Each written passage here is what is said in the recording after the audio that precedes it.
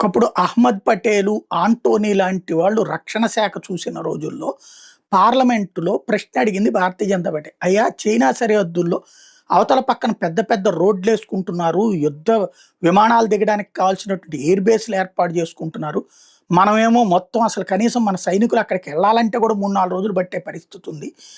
విమానాల్లో డిప్లాయ్ చేయడం అనేది యుద్ధం సందర్భంలో సాధ్యం కాదు గదా! ఆ టైంలో శత్రువులు దాడి చేసే ప్రమాదం ఉంటుంది గదా! మరి ఎట్లాగా అంటే ఇది కూడా ఒక వ్యూహమే. మన దగ్గర ఎట్లాంటిది అక్కడ డెవలప్ చేయకపోబట్టి, అవతలోడు మన లోపలికి రాలేడు. అదే మన వ్యూహం అని చెప్పుకొచ్చినటువంటి మహానుభావులు. అంతే తప్పించి మనం ఆల్టర్‌నేటివ్ గాదు. మోడీ వచ్చిన తర్వాత ఇన్‌ఫ్రాస్ట్రక్చర్ భారీ ఎత్తున ఏర్పాట్లు చేసుకొచ్చారు.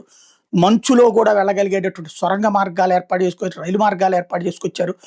అలాగే కొత్త విమానాల బేస్‌లు ఏర్పాటు చేసుకొచ్చారు. ఇప్పుడు చైనా బోర్డర్‌లో అస్సాం దగ్గరన LAC line of actual control దగ్గర 3.6 కిలోమీటర్ల హైవేని ఒకదాన్ని నిర్మించారు.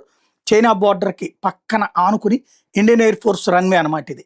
ఎమర్జెన్సీ ఫైటర్ ఆపరేషన్స్‌కి వినియోగించేందుకు గాను 240 కిలోమీటర్ల ఎల్ఏసీ దగ్గర 240 కిలోమీటర్ల దగ్గర ఈ ఏర్పాట్లు చేసుకొచ్చారు. ఎయిర్ స్ట్రిప్స్ అనేటటువంటిది కీలకం. అంటే అక్కడ మొత్తం 240 కిలోమీటర్లు రోడ్డు వేస్తున్నారు. అవే దాంట్లో విమానాలు, యుద్ధ విమానాలు కూడా దిగడానికి మొన్న ఈ మధ్యన నరేంద్ర మోడీ గనక అక్కడ దిగారు కదా! ఇట్లాంటి వాటిని ఏర్పాటు చేసుకొస్తున్నారు.